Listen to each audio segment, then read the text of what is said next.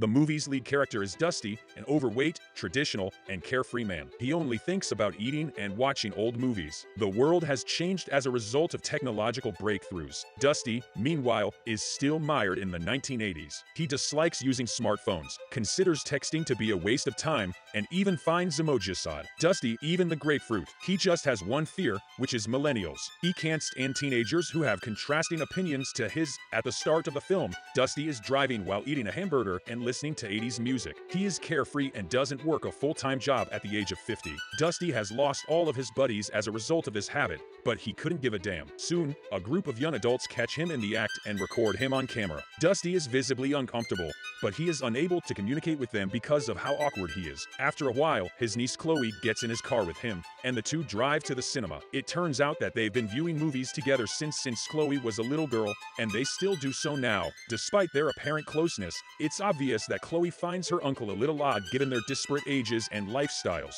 When Dusty plays a tired music that she describes as uninteresting, this becomes even more clear. Chloe exits the vehicle. The uncle-niece team arrives at a cinema called Cinetrax and immediately begins debating what movie to see. Dusty wants to watch a classic 1980s film that he has previously watched 10 times, but Chloe insists on seeing the Cinetrax exclusive 3D film chosen, and eventually the obstinate niece wins. Following that, they proceed to the ticket line, where many millennials are taking selfies and texting. Uncle Dusty is as expected disgusted by the sight, and to make matters worse, the tickets to the movie are so expensive that he doesn't even have the money to buy them. Uncle Dusty can't escape this aspect of contemporary life. As a result, Chloe unwillingly pays some money. Strangely, everyone working for Cinetrax, including the ticket salesman and the bouncers, has a strange, gloomy expression on their face. To me, it sounds normal. Uncle Dusty puts his 3D glasses in the trash before entering the main theater and gets out his own clunky glasses, which he calls shifters. He has apparently brought these shifters to flatten them into typical 2D movies because he despises 3D movies so much.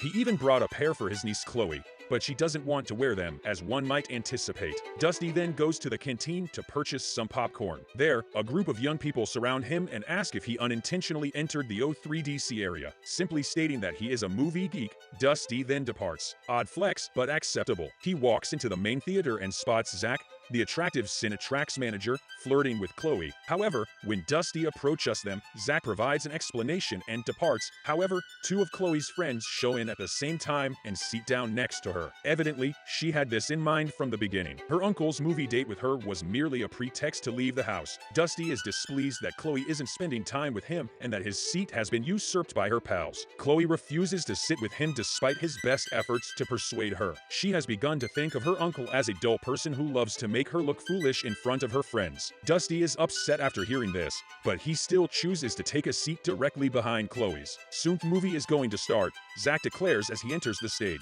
He lays out the ground rules, telling everyone to put on their Cinetrax 3D spectacles and to refrain from using their phones. The announcement has the millennials fired up, and they begin cheering in delight. The movie chosen then finally starts. The three-doctor action is so lifelike that despite the love story's odd acting and plot lines, millennials are enamored with the film. They cheer and shout at practically every line of speech. Uncle Dusty, who does not have glasses, is unhappy with the film, though. He is really eager to get home. He decides to don his shifting spectacles shortly after remembering them. Dusty is still unimpressed since they flattened the O3D into a dull 2D version, so he makes the decision to irritate the nearby residents. When he sees one of Chloe's friends texting, he informs her that cell phone use is not permitted inside the cinema. He actually makes a small commotion, which annoys the other millennials there. Finally, Chloe tells her friend to put down the phone so they can watch the movie in peace. After Dusty still won't give in, Dusty is utterly unaware that he is embarrassing his niece in front of her cool pals and thinks he has won. Dusty grows more and more bored as the film progresses. He catches a very strange thing in one scene,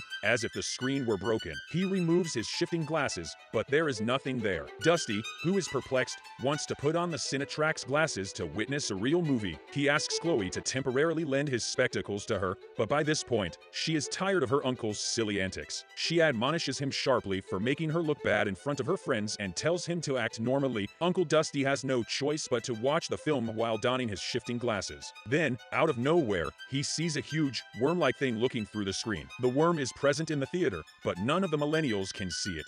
Only Dusty can. He removes his spectacles in a panic and the worm instantly vanishes. After a little while, the worm is nowhere to be found. Dusty puts his 2D glasses back on because he thinks they might be to blame, and the gigantic worm assaults him with its suckers right away. In the auditorium, Dusty yells in terror and causes a commotion. Additionally, he spills his popcorn all over Chloe and her pals. The millennials become enraged and begin to call him names, but Dusty is convinced that something strange is happening inside the theater. Chloe refuses to listen when he attempts to explain it to her, as one might anticipate. Instead, she expresses her embarrassment and regrets about his presence. The Cinetrax manager Zach is soon drawn to the commotion and approaches Dusty to take him away, much to the delight of the other millennials. Chloe follows, concerned that her uncle may have gotten into trouble. Outside, Dusty tries to explain that something approaching him from the screen, but Zach determines that the elderly guy is just confusing the incredibly realistic 3D action for the actual world. Dusty, though, is certain that he spotted a thing resembling a worm. Finally, he makes the decision to seek a refund and leave the location, but to his amazement, Chloe refuses to leave. Instead, she reprimands her uncle for repeatedly making her feel uncomfortable merely to get her to leave. After telling him this, she walks away from him and returns to the theater. When Dusty tries to follow her, Zach stops him and informs him that he is no longer permitted to enter. Uncle Dusty, who is distraught for no apparent reason, chooses to wait for Chloe until the movie is over. But Zach takes him to the projection room since he can't wait in the main hall. There, Zach and his staff begin discussing how Cinetrax's incredibly realistic cinematics and visuals will cause it to rule the world. Now that the era of old 2D movies has passed, the era of 3D films has also passed. Movies in 2D are a thing of the past. Oh, 3DF is currently in vogue. Is that you, James Cameron? Additionally, they encourage Dusty to give it a shot and provide a money-back guarantee if he still doesn't like it. Zach then offers Dusty a set of Cinetrax glasses, which the latter declines after giving it some thought. As a result, the Cinetrax staff members become furious and abruptly transform into possessed zombie-like creatures. They then attack Dusty, nearly causing him to collide with a sharp object, but the uncle manages to escape their grasp. What was his secret? He simply stuffed a nasty hamburger into the possessed zombies after pulling it out of his pocket. Dusty then sprints to the entrance hall and tries to exit the structure. It is, however, impossible because all of the Cinetrax staff members have turned into zombies and are searching for him. Dusty enters the storeroom undercover and gets ready to do the one thing he despises the most: texting. He apologizes for being a jerk and admits that he is afraid of losing Chloe in a series of messages to her. Then he starts to tell her about the threat, but Zach and the others enter through the door and carry him away before he can finish. Chloe has since begun to regret reprimanding her uncle earlier. She watches for his subsequent communication, but it never arrives. As a result, she picks up and puts on his shifter glasses when she finds them laying on the ground. She suddenly sees a massive tentacled thing that has completely occupied the screen. Chloe is the only infected person remaining in the theater because the creature is also sucking the life out of all the other millennials. She removes her spectacles in terror and attempts to flee, but every infected millennial starts after her. A big battle begins, and it seems as though there is no hope left, but fortunately Chloe is able to swat the hundreds of infected millennials before entering the projection room with the use of a sword that is propped up. She finally understands he was telling the truth when she arrives at the location and sees her uncle shackled and chained to a chair. That or he is into some sexy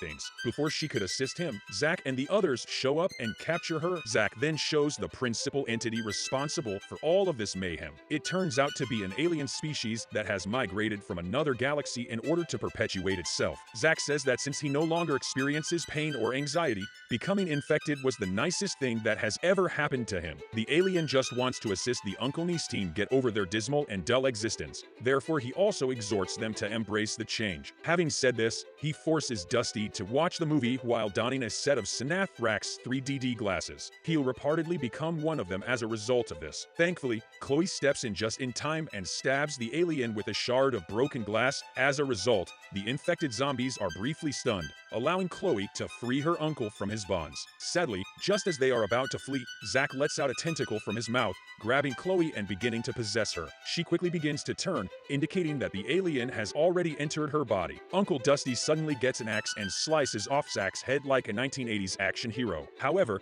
the harm has already been done by this point. The two soon arrive at the exit door, and when Dusty opens it, he discovers that a gigantic alien has destroyed the city outside. He finally understands at this point that aliens aliens have taken over the planet, Chloe alters her attitude at the same time. She advises her uncle to accept change and the realization that there is no turning back. She then says Zack was correct. In this existence, there is no suffering or anxiety. Soon, the other millennials and workers from Sinathrax show there and begin convincing him to accept the change. To sway Dusty's decision, they even sing a song, "I'll drive you to the sweet store." Dusty finally gives in and begins singing along to the song after realizing there is no hope. In the final scene, everyone enters the theater to watch the same film once more. Chloe, who is now fully controlled by the Sinathrax, gives her uncle a set of their spectacles so that he can accept the transformation and become into one of them. As Dusty nervously awaits the alien's arrival and possession, the film comes to a close. To support the channel, switch on notifications, subscribe for more content like this, and leave a like. I appreciate you viewing.